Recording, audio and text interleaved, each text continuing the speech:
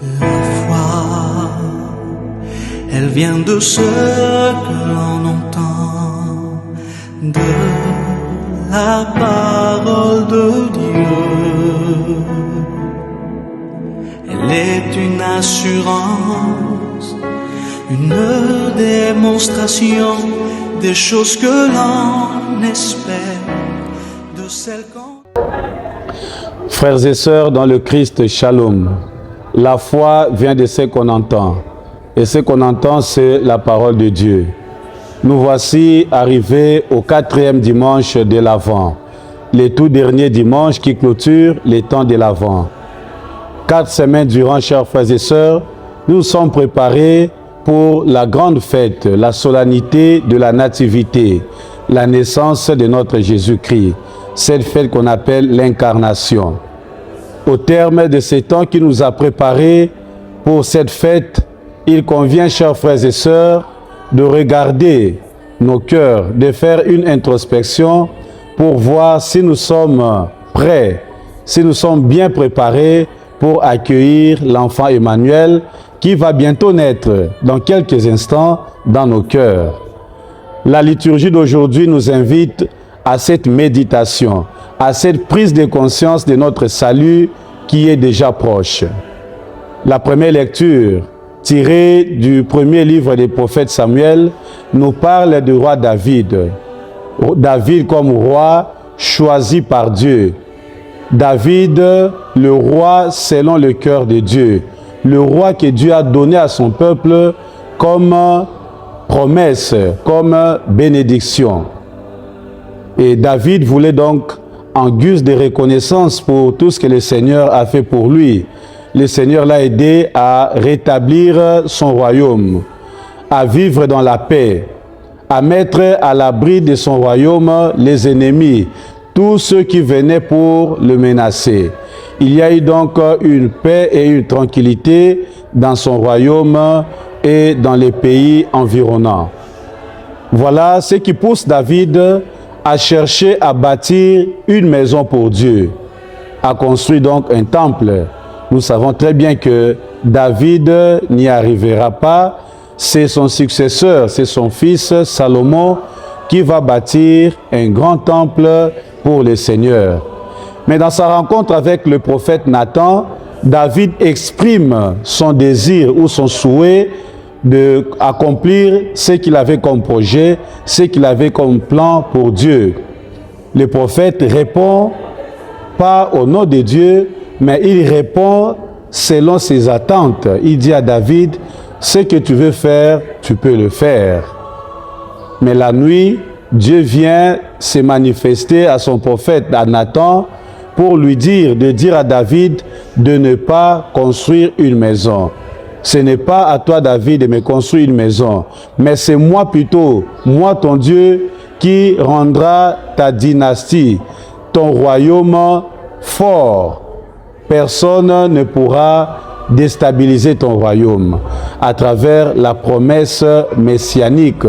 Cette promesse messianique qui vient s'accomplir, qui consiste donc à accepter ou à accueillir la naissance de Jésus-Christ qui viendra pour rétablir aussi ce royaume, pour rétablir la paix dans le monde, pour que les hommes qui ont perdu l'amitié avec Dieu reviennent vers Dieu. Chers frères et sœurs, il nous arrive d'avoir des idées pour Dieu, des bonnes idées, des bonnes pensées, mais ces idées-là ne vont pas sur le même point ou sur le même parallèle avec les pensées de Dieu. Le prophète Isaïe le dit, « Mes voix ne sont pas vos voix, mes pensées ne sont pas vos pensées. » L'homme doit chercher à intégrer la pensée de Dieu. L'homme doit chercher à comprendre la pensée de Dieu et l'homme doit chercher à entrer dans le plan de Dieu. C'est dimanche, chers frères et sœurs, le 4e, nous introduit déjà petit à petit dans le mystère de Dieu. Saint Paul nous le dit clairement dans la 2e lecture, tirée du livre ou de l'épître aux Romains au 16e chapitre, le mystère de Dieu qui était caché. Maintenant, ces mystères se révèlent, se manifestent. Dieu qui était caché Dieu maintenant se révèle, Dieu se manifeste.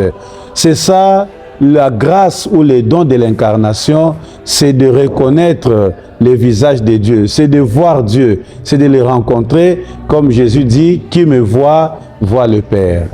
L'Évangile nous parle de Marie, cette femme, fille de Nazareth, qui a reçu cette grâce de Dieu, qui a été visitée par l'ange et choisie pour être la mère du Sauveur. Le récit de l'Annonciation nous présente quelques caractéristiques importantes de la Vierge Marie. Une femme docile à la parole de Dieu, une femme docile à l'Évangile, une femme humble, mais aussi une femme de foi. Dieu veut aujourd'hui agir dans ta vie, chers frères, chères sœurs. Toi qui se dis chrétien, toi qui mets ta foi dans le Seigneur, mais il y a encore en toi, il y a encore en nous des zones d'ombre. Et ces zones d'ombre empêchent la main de Dieu de passer sur notre vie, empêchent Dieu d'agir dans ta vie. Voici les moments favorables, chers frères et sœurs, à l'instar de Marie. Acceptons la parole de Dieu. Nous pouvons nous demander comment cela se fera-t-il. Ce qui est impossible pour l'homme est possible pour Dieu. Et la disponibilité de Marie, en fin de compte, qui dit, voilà, je ne suis qu'un instrument de Dieu.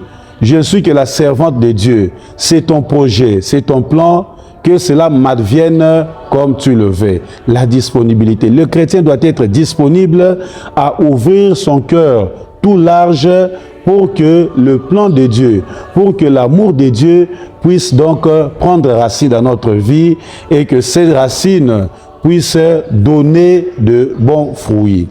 Demandons cette grâce, chers frères et sœurs, à l'approche de cette fête de la Nativité, que la foi de Marie, que l'humilité de Marie, que sa simplicité et sa docilité à la parole de Dieu puissent être aussi nôtres, pour que Dieu puisse réellement agir dans notre vie. Que Dieu Tout-Puissant nous bénisse et qu'il nous garde au nom du Père et du Fils et du Saint-Esprit. Amen. Bon dimanche à toutes et à tous.